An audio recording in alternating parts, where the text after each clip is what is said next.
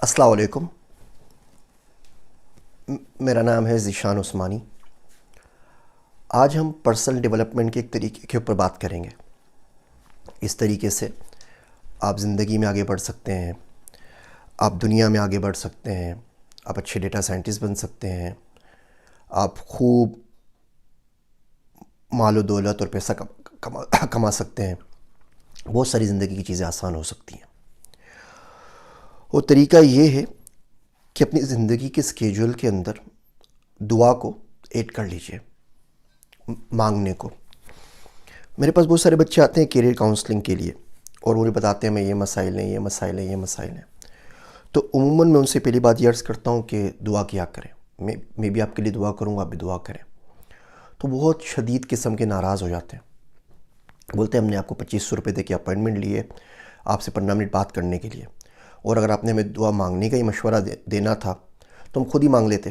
ہم تو آپ کے پاس لے آئے تھے کہ آپ ڈیٹا سائنٹسٹ ہیں، آپ بات شروع کرتے ہیں دعا سے، آپ مولوی صاحب نکلے، تو اپنے پاس ہی رکھیے اپنی دعا، اور پھر بڑا برا بلا کے چلے جاتے ہیں، آگے بات سنتے بھی نہیں ہے کہ مزید گائیڈ کر سکوں۔ دعا کی امپورٹنس ہمارے معاشرے میں روز بروز کم سے کم تر ہوتی چلی جا رہی ہے، اور یہ کوئی اچھی بات نہیں ہے۔ اس کا کلیئر مطلب یہ ہے کہ ہم سب کو ہر چیز پہ ٹرسٹ ہے سوائے اللہ سبحانہ و تعالیٰ کے۔ ہم سمجھتے ہیں کہ ہر چیز میں پاور ہے، اگر نہیں ہے نعوذ باللہ تو اللہ کے پاس ہر شے، ہر چیز، ہر ریسورس ہمارا کام کروا سکتی ہے، بس اللہ سے ہی کچھ نہیں کروا سکتے۔ اس کا مطلب تو یہ ہوا نا۔ بچپن میں حفیظ جالندھری صاحب کا ایک شعر پڑھا تھا، اور اس کی زندگی میں چھاپ آج تک موجود ہے۔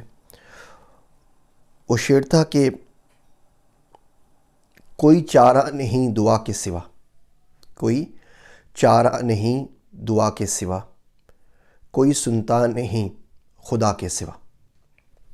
دیکھیے، تقدیر کا، لک کا، سکسیس کا، کامیابی کا آپ کی جو کمر ہے نا پیچھے والی، اس سے بڑا گہرا تعلق ہے۔ ہم لوگ مزدوری کرتے ہیں اور دن میں 50 بوریاں اٹھا لیں گے اور کمر میں درد نہیں ہوتا، لیکن نماز میں جب کمر دوہری ہوتی ہے تو وہ ہمارے لیے تکلیف دہ ہوتی ہے، اور وہ ہمیں بہت بھاری پڑتی ہے۔ پورا دن محنت مزدوری کر کے 1500 روپے کمانے والے کو 100 بوریاں اٹھانا بھاری نہیں پڑتا، اور مفت کے اندر 2 رکعت نماز رات کو تہجد میں پڑھنا بھاری پڑ جاتا ہے، کیونکہ ہم وہ امپورٹنس نہیں دیتے۔ ہماری زندگی میں نماز کی امپورٹنس 1500 روپے کی بھی نہیں ہے۔ آپ کی تقدیر پہ ہو سکتا ہے کوئی پتھر پڑا ہوا ہو، کسی بھی وجہ سے، بہت ساری وجوہات ہو سکتی ہیں۔ تقدیر کا شر ہو، زمانے کا جبر ہو، کسی کی آہ لگ گئی ہو، کسی کی بد دعا لگ گئی ہو، کوئی عمل ایسا کر دیا ہو جس نے آپ کو خود آگے بڑھنے سے روک دیا ہو۔ جیسے نہیں کوئی بڑے سارے پتھر کسی چیز میں باندھ کے اس کو دریا میں یا سمندر میں پھینک دیں تو تہہ میں چلا جاتا ہے۔ اس شے میں یہ صلاحیت ہوتی ہے کہ تیرے کے اوپر آ سکے، وہ اتنا ہلکا ہوتا ہے کہ پانی اس کے اوپر اٹھا دے، مگر وہ اٹھ نہیں پاتا بیکاز وہ بڑا سارا تقدیر کا پتھر بندھا ہوا ہوتا ہے۔ کچھ لوگ دنیا میں ایسے ہوتے ہیں جن کے لیے وہ پتھر جوتے کی نوک کے اوپر ہوتا ہے، اس کو ہلکا سا ٹچ کریں گے اور وہ اڑ کے دور جا گرے گا۔ ایسے لوگ جو ہوتے ہیں وہ صاحب الدعا ہوتے ہیں۔ ہم بہت سے لوگوں سے رائے مانگتے ہیں، مشورہ مانگتے ہیں۔ میں سمجھتا ہوں وہ شخص مشورہ دینے کی قابل ہی نہیں ہے، وہ شخص صاحب الرائے ہو ہی نہیں سکتا جو صاحب دعا نہ ہو۔ تو دعا بڑی ضروری چیز ہے۔ ہمیں کوئی شخص 1000-2000 روپے دے دے تو ہم اس کے احسان مند رہتے ہیں۔ ہمیں کوئی شخص ایک بریانی کھلا دے تو ہم اس کے لیے جھوٹی گواہی تک دینے پہ راضی ہو جاتے ہیں۔ کوئی شخص دعا دے کے وہ تقدیر کا پتھر ہٹا دے، یا وہ مشکل ہٹا دے، یا آپ کی زندگی آسان کر دے، ہو سکتا ہے اس کا جواب آپ کو آج نہیں ملے، 3-4-5 سال میں مل جائے، آخرت میں مل جائے، ہم اس کے شکر گزار نہیں ہوتے۔ تو اس دعا کو اپنی زندگی میں ضرور لے کر آئیں۔ ہر حد سے ماورا تھی سخاوت میں اس کی ذات، ہم آخری سوال سے آگے نہ جا سکے۔ دیکھیے، آپ کے جو بھی مسائل ہیں نا، وہ آپ کے اور ہمارے لیے ہیں۔ اللہ سبحانہ و تعالیٰ کے لیے نہیں ہے۔ اللہ کہتے ہیں مجھ سے مانگو تو میں دوں گا، اور میں ایسا دینے والا ہوں کہ کوئی مجھ سے مانگے تو میں خوش ہوتا ہوں، اور یہ چیز میرے اختیار میں بھی ہے۔ یعنی اللہ آپ سے خود کہہ رہے ہیں کہ میرے پاس آؤ، اٹھو اور مجھ سے مانگو، اور جو کچھ بھی تم مانگ رہے ہو یہ میرے اختیار میں، میرے اختیار سے باہر نہیں ہے، اور یہ میرے پاس پڑا ہوا ہے۔ اگر میں تمہیں دے دوں تو اتنی بھی کمی نہیں ہوگی، جتنا سمندر میں سے چڑیا پانی پی لے تو اس کی چونچ میں جو پانی آتا ہے اتنی کمی ہو جاتی ہے، پھر وہ نہ دے۔ یہ بات تو بڑی خلاف سنت ہے نا، ایسا ہو نہیں سکتا۔ تو مانگے اللہ سے۔ شاعر کہتا ہے کہ تقدیر جسے کہتے ہیں وہ اس کی رضا ہے، وہ چھوٹے بڑے سارے خداؤں کا خدا ہے۔ دیکھیے اس کو تو اسمبلی سے بل پاس نہیں کروانا نا، اس سے تو کسی سینٹ کے پاس نہیں جانا، کسی آرمی چیف کے پاس نہیں جانا، کسی پرائم منسٹر کے پاس نہیں جانا، کسی سٹیزن پورٹل پہ کمپلین لانچ نہیں کروانی۔ وہ تو چاہے گا اور ہو جائے گا۔ بچے بولتے ہیں کہ جی ہم 10 سال سے پڑھ رہے ہیں اور ہمارا کام نہیں ہو رہا، 20 سال سے پروفیشنل لائف کے اندر ہیں اور ہم لوگ گھر نہیں لے پا رہے، 10 سال سے ملک سے باہر جانے کی کوشش کر رہے ہیں لیکن باہر نہیں نکل پا رہے۔ تو میں ان سے پوچھتا ہوں اچھا آپ نے دعا مانگی، 10 سال میں آپ روز 8 گھنٹے کام کر رہے تھے، تو آپ نے کوئی 80,000 گھنٹے کام کر لیا، تو یہ بتائیے کہ اس میں سے کتنے گھنٹے آپ نے دعا کو دیے؟ 80,000 آورز 10 سال میں نہیں ہوتے، یہ جو ہماری 40 سال کی پروفیشنل لائف ہوتی ہے اس کی زندگی میں ہوتے ہیں۔ ایک ویب سائٹ ہے 80,000 آورز، وہ ضرور دیکھیے گا، اس میں بتایا گیا ہے کہ آپ اپنی زندگی کا جو ورک کا جو ٹائم ہے اس کو پروڈکٹیو کیسے بنا سکتے ہیں۔ تو بہرحال میں پوچھتا ہوں ان سے کہ 80,000 گھنٹوں میں سے آپ نے کتنے گھنٹے دعا کو دیے؟ تو بولتے ہیں وہ تو نہیں یاد۔ بولتا ہوں اچھا کبھی ایسا زندگی میں ہوا ہے کہ اٹھ کے 100 رکعت نفل پڑھی ہوں اور اللہ سے بولا اللہ سبحانہ و تعالیٰ میرا یہ چھوٹا سا مسئلہ حل کر دے؟ کہتے ہیں نہیں۔ اچھا تہجد پڑھی ہو، کیا ایسا ہوا ہے کہ 100 دن تک تہجد پڑھی ہو اور اللہ سے وہ چیز مانگی اور پھر نہ ملی ہو؟ بولتے ہیں سر جی 100 دن ایک دن نہیں پڑھی ہم نے، 2 دن نہیں پڑھی۔ آپ جب تک اپنے آپ کے ساتھ مخلص نہیں ہوں گے، کوئی آپ کے ساتھ مخلص کیوں ہوگا؟ بچہ جب تک روئے نہیں نا تو ماں بھی اس کو دودھ نہیں دیتی، مانگنا پڑتا ہے، اور مانگنے میں آپ کی عاجزی ہے، آپ کی بندگی ہے۔ دیکھیے دینے والے کو فرق نہیں پڑتا، کوئی مانگے تو کیا، نہیں مانگے تو کیا، یہ تو ہم جا کے اپنی عاجزی، اپنی کم علمی، اپنی کم مائگی کا ثبوت دیتے ہیں کہ اللہ تیرے پاس ہے تو دے دے۔ تو پڑھ لیجئے 100 رکعت، 3 گھنٹے لگتے ہیں۔ دیکھیے ہم سنتوں کی بات کرتے ہیں، سنتوں میں امت کی فکر بھی تو تھی، امت کا غم بھی تو تھا۔ اللہ کے نبی صلی اللہ علیہ وسلم کے اوپر تہجد کی نماز فرض تھی، امت پہ تو سنت ہے، نہ پڑھنے پہ مارنی پڑے گی تو ڈانٹ تو ضرور پڑے گی۔ تو اس سنت کا بھی تو ادا کر لیجئے، اس سنت کی بھی ریپیٹیشن کر لیجئے، اس میں بھی حصہ ڈال دیجئے کہ اللہ آج نماز پڑھتا ہوں اس غم کی سنت ادا کرنے کے لیے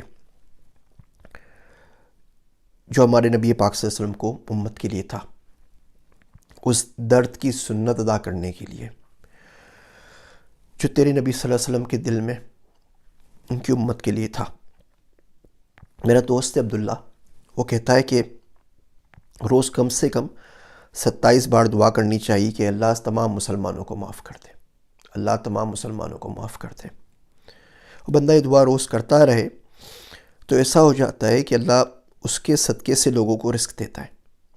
جس ملک میں بہت ساری الٹے سیدھے کام ہو رہے ہوں گے، جس محلے میں بہت سے لوگ بھوکے سو رہے ہوں گے، اس محلے میں کیوں کر دعائیں قبول ہوں گی؟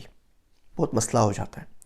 تو بہرحال اس تمام تمہید کا مقصد چھوٹی سی بات کرنا تھا کہ دعا کو ہلکا نہ لیجیے،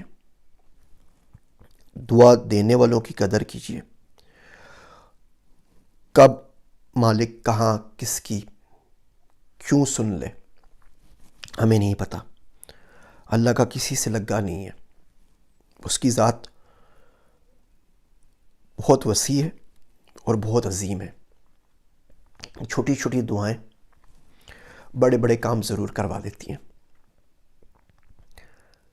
جان نماز اور دعا، اس سے بڑا ہتھیار شاید ہی مومن کے پاس کوئی ہو۔ بندہ وہاں جا کے رو لے، میسنی سی شکل بنا کے بیٹھ جائیے، جس زبان میں جائے چاہے مانگے، سندھی میں مانگے، پنجابی میں مانگے، اردو میں مانگے، بنگالی میں مانگے، جس میں چاہے مانگے، اور اب سے کہیے کہ اللہ میاں یہ مسئلہ اٹک گیا ہے، کچھ سمجھ بھی نہیں آ رہا، کوئی ہاتھ نہیں پکڑ رہا۔ آپ سنت سے دیکھیے، رسالت پناہ صلی اللہ علیہ وسلم کے اوپر ابھی نبوت نہیں آئی تھی، وہ غار حرا میں جاتے تھے تو دعا مانگتے تھے۔ ملا علی قاری کی کتاب جو میں آپ کو ریکمنڈ کرتا ہوں بار بار، حزب الاعظم والی، اس کو پڑھ لیجیے، اس میں لکھی ہوئی ہے کہ جبرائیل علیہ السلام، میکائیل علیہ السلام کہ اللہ اسرافیل علیہ السلام کا نام نہیں لیتے تھے، جبرائیل علیہ السلام، میکائیل علیہ السلام کا نام لیتے تھے۔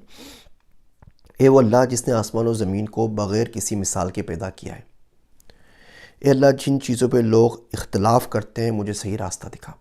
تو مانگتے رہیے روز اللہ سے کہ اللہ دھیان سے رکھنا، اللہ سنبھال کے خرچ کرنا، اللہ ضائع نہیں کرنا، اللہ کے آس پاس ہی رہنا چاہیے۔ پتہ نہیں کب کون سا کوئی کام لے لے، اللہ سے دور جانا ہی نہیں چاہیے۔ تو اس دعا کو کسی اور کے لیے نہیں تو اپنے لیے تھوڑا سا مقدس سمجھ لیں، تھوڑی سی اہمیت دے دیں۔ اس سے اتنا کچھ ملتا ہے جس کا آپ سوچ نہیں سکتے۔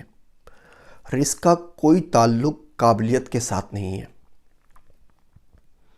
قبولیت کے ساتھ بھی نہیں ہے۔ بہت سے اللہ کے مقبول بندے ہوتے ہیں اور رزق کی تنگی ہو جاتی ہے، بہت سے بہت قابل لوگ ہوتے ہیں اور کما نہیں پاتے۔ کہ جس کے لیے جتنا مقدر میں لکھ دیا گیا ہے وہ لکھ دیا گیا ہے۔ دعا سے ہوتا یہ ہے کہ اس میں اضافہ ہو جاتا ہے، اس میں برکت آ جاتی ہے، اس میں آسانی ہو جاتی ہے۔ اور کچھ ہو نہ ہو، دعا بندے کو اپنے رب سے قریب کر دیتی ہے، اور قریب ہو کے جو ڈھارس ملتی ہے اس کا نعم البدل دنیا میں اور کوئی نہیں ہے۔ دیکھیے، چھوٹا سا بچہ ہو، آپ اس کو تنگ کر دیں، اسے کوئی چیز چاہیے ہو تو دوڑتا ہوا ماں کے پاس چلتا ہے، بولتا ہے مما مجھے یہ کام کرنا ہے، مجھے پارک جانا ہے، مجھے ڈزنی ورلڈ جانا ہے، مجھے کھانا کھانا ہے، مجھے فلاں چیز چاہیے۔ ماں سے اتنا کہہ دینا کہ ہاں ہاں بیٹا سن لیا ہے، میں کچھ کرتی ہوں، تو بولتا ہے ٹھیک ہے مما، اوکے مما۔ تو صرف اتنی حضوری جس دن مل گئی نا آپ کو کہ اللہ نے سن لی ہے اور اب وہ جو بہتر ہوگا وہ آپ کے حق میں کر دے گا، یہ حضوری جو ہے یہ دعا قبول ہونے سے زیادہ اہم ہے، اور زیادہ بڑے انعام کی چیز ہے۔ بہت اچھی بات ہے یہ۔ تو بہرحال دعا مانگیے گا، میرے واسطے بھی دعا کیجیے گا کہ اللہ مجھے دعا کرنا سکھائے۔ شاید آپ میں سے کسی لوگ کی دعا، کسی کی دعا میرے حق میں لگ جائے، اللہ کرے ایسا ہو۔ مزید کچھ باتیں کریں گے، آج کل کچھ ٹائم ہے تو کوشش کروں گا کچھ ویڈیوز ریکارڈ کرا دوں۔ میری باتیں سننے کا شکریہ، مجھے اپنی دعا میں یاد رکھیے گا۔ میں ہوں آپ سب کا ذیشان عثمانی۔